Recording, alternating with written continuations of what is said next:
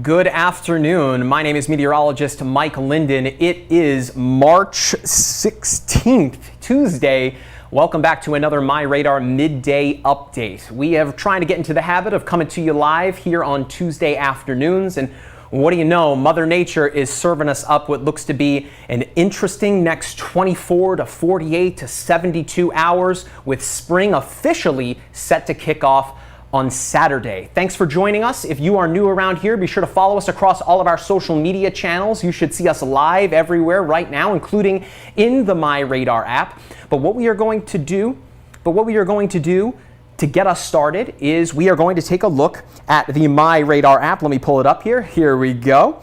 And we can take a look at the active weather currently working its way across the southeastern United States. This will likely become a lot more active here over the next 24 to 48 hours. You can see those red polygons there. Those are flash flood warnings in effect for southern Alabama. And this is really the beginning of it, folks. We are really looking at this particular part of the world really ramping up in intensity. In fact, could even be looking at some storms working their way northward. And for more on that, we bring in the hardest working man in storm chasing. This guy has been putting in the miles over these past couple of days. That is, of course, MyRadar storm chaser, Aaron Jayjack. What's going on, Aaron? Where are you coming to us from right now?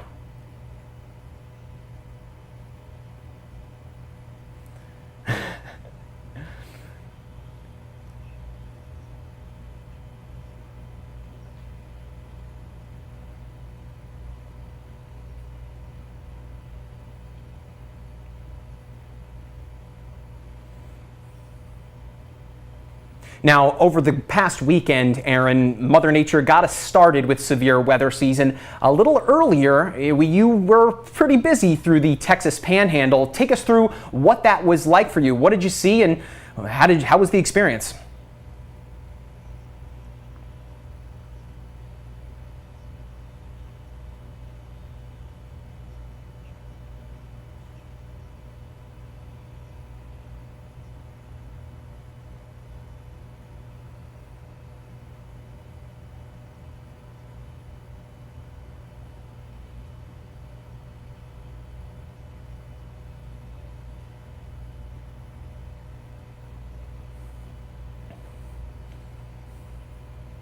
You know, in the video that we have on our YouTube channel, that's where you can catch it, MyRadar, or youtube.com/MyRadar to see Aaron's video in full. But Aaron, that flooding video later at night, that was truly a sight to see.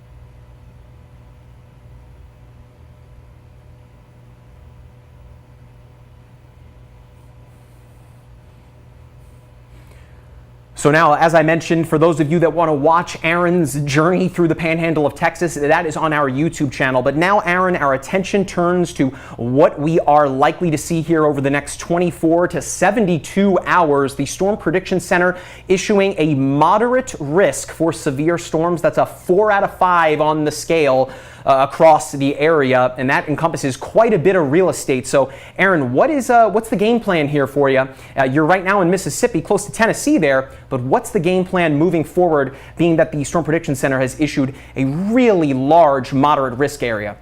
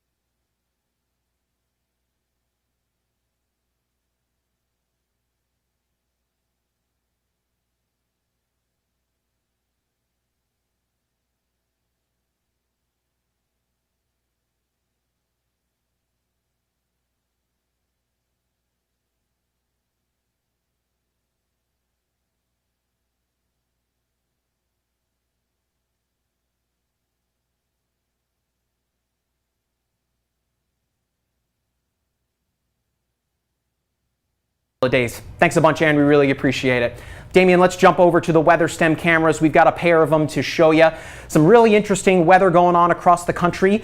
And of course, we begin in Charlotte, North Carolina, where we are seeing over Bank of America Stadium, courtesy of our partners at WeatherStem. Pretty rainy there, and coming up soon, we'll be talking about the active weather that will be pushing its way eastward there. Next, let's jump to Alabama. This is the Randolph School in Huntsville, Alabama. Again, courtesy of our partners at WeatherStem. And we take a look here at Alabama, and you can see Old Glory there flying in the breeze. Blue skies for now, but that will definitely become more active as we work our way into the next couple of days. Before we get into looking at these graphics that I have prepared for you, in our Twitter Spaces conversation earlier today, I had asked the question, I wonder what was the last high-risk day for March? And we had to do a little bit of research, but we found it out. It actually was March 2nd, 2012. We have some graphics here to show you, Damien, if you want to pull that up here. March 2nd, 2012, that was in Kentucky for the most part, across the Ohio Valley. I had actually covered that through my period of working in television there in Kentucky. One of those tornadoes, an EF3, on the ground for over 80 miles through eastern Kentucky all the way into West Virginia. I mean, it just goes to show you, and we talked about this previously with our weather myths that we were busting. It just goes to show you that even if you live in a mountainous or a hilly area, I mean, that certainly doesn't make you immune to tornadoes, as they can occur really any place. So that is certainly a good reminder. That was March 2nd, 2012, 70 confirmed tornadoes on that day. That was a record for March. There were 2 EF4 tornadoes of the 70, 9 EF3 tornadoes, causing $3.1 billion in damage, 41 fatalities, 2 indirectly. Let's jump over, Damien, to the graphic there. There you go. This is from the National Weather Service office in Jackson, Kentucky.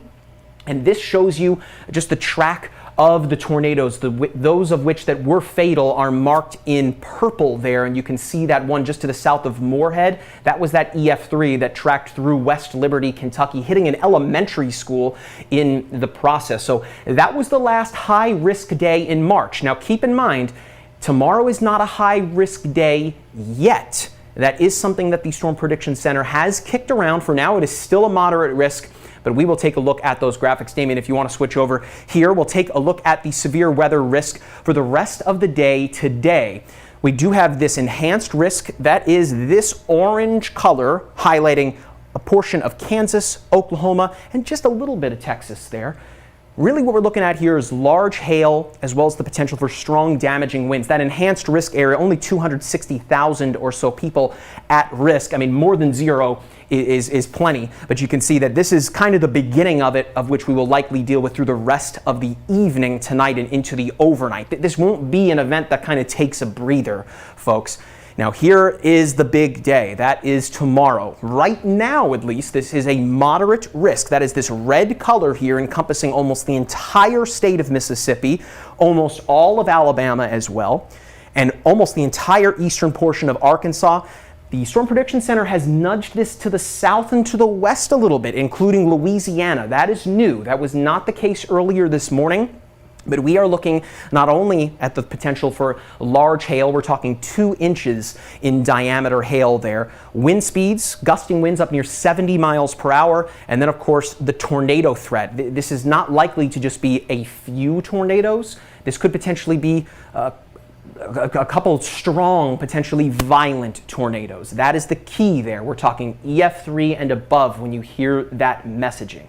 Now, that's your Wednesday. It doesn't stop there. We looked earlier at Bank of America Stadium in Charlotte, North Carolina, the home of the Carolina Panthers. Well, it looks like that severe weather system is going to be tracking its way all the way eastward as we work our way into the second half of the work week, bringing with it the high winds as well as that tornado threat and for the large hail. Mainly looking like a damaging wind event here for the southeastern United States, but this is all part of the same storm system, so we really are going to be watching it closely to see if it develops a history here is a look at the forecast for this. And right now that low is going to be centered over top of the Oklahoma, Kansas, Texas area. But as it continues to track its way eastward, watch the Gulf of Mexico really feeding the front that cold front advancing to the east, firing up those thunderstorms, and watch the time there. Pretty late into Wednesday evening, staying with us and pushing all the way into and along the eastern coastline into Thursday afternoon. So pretty much once we get into this evening, once these thunderstorms really begin to fire up over Kansas, Texas, Oklahoma, start the clock really, because at that point we go through Wednesday, we go into Thursday, and at that point we can finally take a deep breath as we see conditions clearing out just in time for the weekend, the kickoff to spring, mind you, but not exactly the way that we would want to get there. In terms of the power outage forecast, folks, we are talking about some really strong winds here. Just even if a tornado doesn't show up where you live, strong winds, of course the rain, that is enough to weaken some older trees, cause them to fall over, maybe knock out some power lines. Certainly something to keep in mind. You have the time to prepare now, especially for the folks that live in Louisiana, Arkansas, Mississippi, Alabama.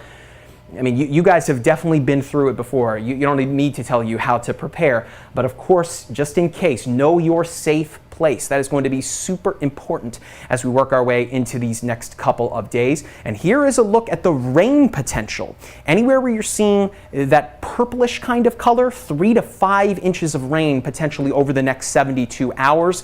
But really, if you look along the Gulf Coast there, it's that scar right across Alabama that jumps out, 5+ inches of rain for that region. I'm going to jump ahead here to looking at this graphic I wanted to show you, and we'll end on this, Damien. This is, of course, what you need to do if a tornado is heading toward where you live. You need to know where your safe place is. And what we mean by that is the central-most location in your house. I mean, we're coming at you live here from Florida. Not a lot of people in Florida have basements. And that's okay. If you do not have a basement where you live, you just want to get to that central-most location in your home, away from the windows. You want to cover yourself with blankets or a mattress for protection. I mean, even wearing a bicycle helmet is a good idea. And again, if you do not have a basement, just get to that central-most location. If you live in a mobile home, remember the key word here is mobile. In a severe weather situation, mobile homes become mobile. So know where your safe place is, whether that's a community center, a grocery store. I mean, most of those communities have a set place to go to, so know where that place is, especially with tomorrow's weather. You don't want it to sneak up on you.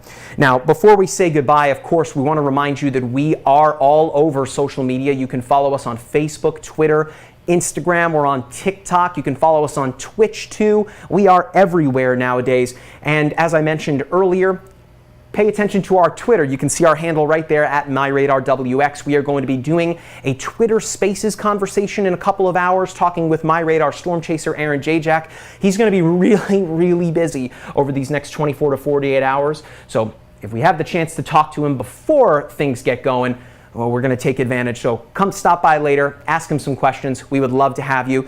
And again, from all of us here at MyRadar, please stay safe and stay dry. We will be coming at you soon with another update to give you the latest on this severe weather threat. And of course, I will have the fast forecast coming at you into tomorrow. So again, from all of us here in Orlando, stay safe and of course, stay dry. We'll catch you back here soon.